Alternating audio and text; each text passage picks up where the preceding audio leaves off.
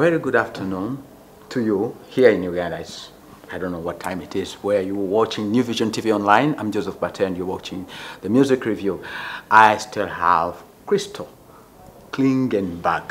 Crystal Klingen. I have problems pronouncing that name. But Crystal Klingenberg is very resourceful. She's studying Ugandan music, popular music, mainstream music, and she has made her very, very interesting observations. If you have watched the first episode, she's back again with the second episode of Ugandan music, specifically Ugandan music. That's what we're going to talk about. I have a question, and the question goes out to you. Maybe you know the answer, but she will help us. What is Ugandan sound? What is the style of Ugandan sound? What is it? Crystal, I bring that the question back to you. Yeah. What is Ugandan sound? For you, the foreigner out there listening to Uganda's music, what do you think is our sound? That very question of what is the Ugandan sound is a center point of my research, because at this point I've talked to lots of different people and asked that very question, and I get many different answers. Is there a sound? Is there not a sound? Is the sound Chidandali? If it's Chidandali, what is Chidandali, right? If it's Afrigo, some people think that Afrigo is the sound of Uganda, for real. And so the other question becomes, when we ask what is the sound, what are we asking for? Something that Ugandans will recognize as being Ugandan? As being Ugandan, exactly. Something that maybe Kenyans might recognize as being Ugandan? Exactly. Something that represents Uganda on an international stage. The question of what is the Ugandan sound is very tricky, especially when there are many genre names that get thrown around that don't always have a very concrete meaning. So if you were looking to uplift one genre as the Ugandan sound, it would be a bit tricky. I mean, Kadongo Kamu is very Ugandan, but if you don't have an appreciation of the language, it's not going to take you very far. So, I mean, I've been thinking about this deeply and wondering where some sound may arise from. So of late, the latest candidate, let's say, is Box Raga Box, depending on who you're asking, right? So this kind of modernization, semi-reggae inflected use of the Baksimba rhythm and Baganda traditional music aesthetics. Let's just put that generally. So some of the biggest songs to do this include Bad by Aziz Azion. I'm bad, never this bad man. Real bad man, fear no one. I'm bad, never this bad man. Real bad man, fear no one. I'm bad, never this bad man. Real bad man, fear no one. I'm bad for the band. People them a call me James Bond. Only fear Jaja, no matter what chata. I want the temumbulida. Every day he blesses me in what I do. In songa ebyange binyuma. Omuziki ngufumbira mu masepichi. Lengera kamada zinira ku pichi pichi. Bangi bagamba vibe ziri bichi. Nange mbadam simanyi bichi bichi. Njogereza by Navio. Njogereza kawala kombuku. Njogereza kawala kegombye. Katula bechi babuye biraka. Njogereza kawala kombuku. Njogereza kawala kegombye.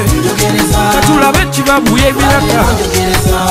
Omwana wa kabaka osane no puliriza baby. Yoya nkuwerewo. Ebyange sibirisa yo baby. Come on. Amanya bampita Lubwama. Mva mu lujja lwa Kigozi. Ndi muzukulu wa Lubwama. Musigali andagaya. And Kabulengane by Baby Cool. I know the people want to party, but the club want to make money.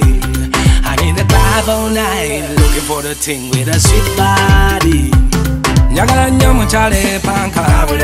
Kabule baba. Olengane gwe wakula kabina. Ne bw'okawuba n'okira nnwagi. Bulungi bwo bwe bukoseza. Empisa zose zikutonda. Kabule baba. Kabule baba. Kimanye tubakwana bangi abalina kashi n'abatalina nsimbi. See what a party night where we feel alright, single ladies around it. Njagala nnyo banva nungi, invaza bwiziri kupyiwa.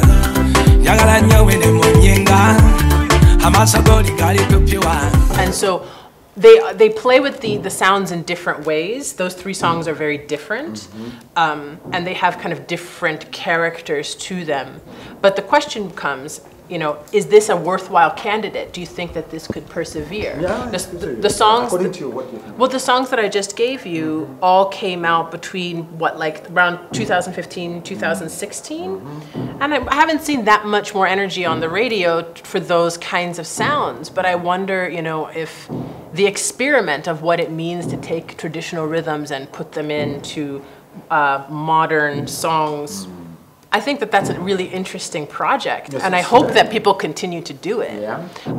Well, it remains to be seen where if this particular use is going to become something. Okay. Right? Yeah, well, you talked about the Nigerians. Why the Nigerians? I'm just getting back to that backstrata. I think what the Nigerians did was to get traditional instruments, like by the Yoruba, by the Igbo, those traditional percussions. Fela Kuti, when he was creating Afrobeat back in the days, in the 70s. Yeah. That's what he did. So do you think if we did that, we could come up with something that is Ugandan, that can be described as Ugandan? Yeah, I mean, I think that what's interesting is that when we look at Nigerian music, the percussion, the rhythms are so complex. And then when you compare that to what's happening in the mainstream Ugandan music, you would think that Ugandan traditional music is not rhythmically complex, but it is. It's very complex and rich and filled with so many levels. So one would hope that that might be drawn into the mainstream. I think there are a lot of challenges to that as well. Uganda is a very diverse country. There are many rhythms, there are many traditions to choose from. That's a part of what's a little tricky about using Baksimba in this way, because it represents the Baganda, but does it represent everyone? The whole Uganda, exactly. That's a bit tricky. Right, it's a bit tricky. So I think that there are a lot of challenges to having one sound, but the more that I study this, the more it becomes clear that a sound needs to come from an organic place. It needs to come from, you know, the natural creative vibes of the artists. To try to make one may not really be successful, you know. Let some producer please prove me wrong, but like I think it needs to come from an organic place. Okay. Now, I'll take you now to the music. You've listened to different music, different songs, seen different videos. What are the outstanding songs that have caught your attention, and the artists that have caught your attention? Ugandan artists. So I'll reference two different sets of artists. Okay, so pulling from the songs I just mentioned, I think that Navio's Njogereza was really interesting because it was such a departure for him. We all know him as a rapper who raps in English with like a little sprinkling of Luganda, but not really.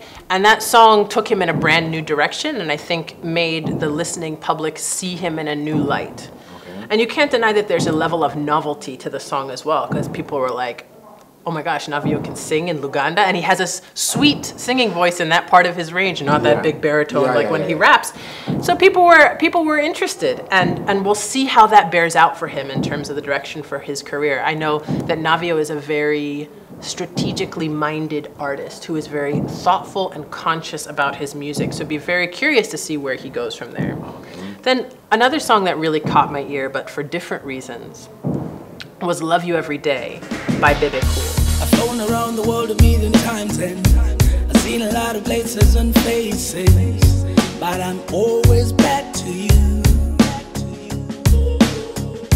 My money on my mind, not anything. Ladies by my side each and every day, but I'm always back to you.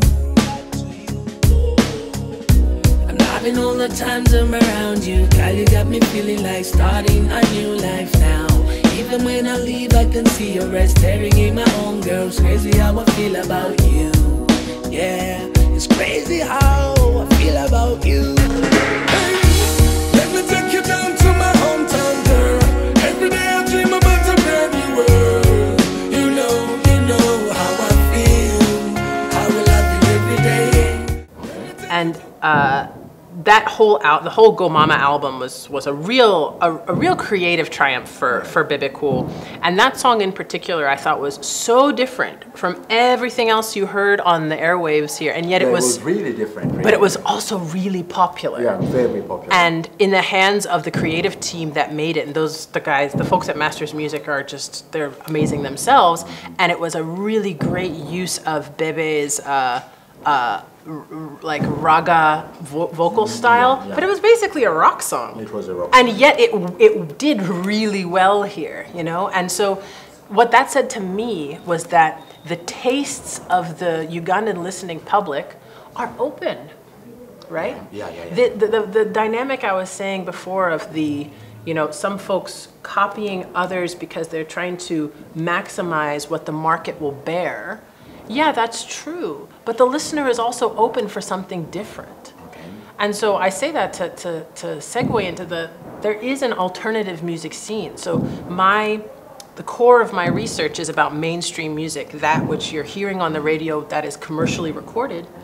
But outside of that, on the periphery, there's a ton of music being made. And I'm not even just addressing traditional music made by musicians in rural areas, in urban areas. No. Also, there's a whole group of people who are doing things that are maybe more wild music or something. There are people who are doing things that are more world music, and by world music I mean which is often a modernized version of traditional music. There are folks who are doing more jazzy stuff. There are folks who are doing more soulful stuff, and often those guys don't find space in the mainstream because they have a hard time penetrating the radio. But there's really amazing stuff happening there. And you in your work have addressed several times, this question of where the meaningful music has gone. When you look at the longer history of Ugandan popular music and you see certain people being real contributors to evergreen music, the Wamalas, the Lutayas, the people that we still listen to every day, right? Yeah. There's meaningful music is still being made on the periphery and in the mainstream, but it's not always what the main thing on the radio is. Why is that so? Why is that so? What, according to you, why is that so? Why is that happening? What's your point? Here's my current thinking on this is that the way that the market works, and by the market I mean the economic model in which artists in Uganda live, you need to have new songs all the time. You need new songs to get new gigs, to get new songs, to get new gigs, to get new songs, to get new gigs. This is how their life rolls, right? And in that model, there isn't a lot of time for creative reflection unless you have a lot of money to back up the creative process around your songs. That is one of the best sentences I've ever had. That is Crystal observing, critiquing, or not even critiquing, but just her observations about Ugandan music. And it is very interesting. You need to release music all the time, and the disadvantage for that is the lack of creativity because you don't have time to create. We'll go for a break. Let's meet again next time. I'm Joseph Bate signing out saying ciao.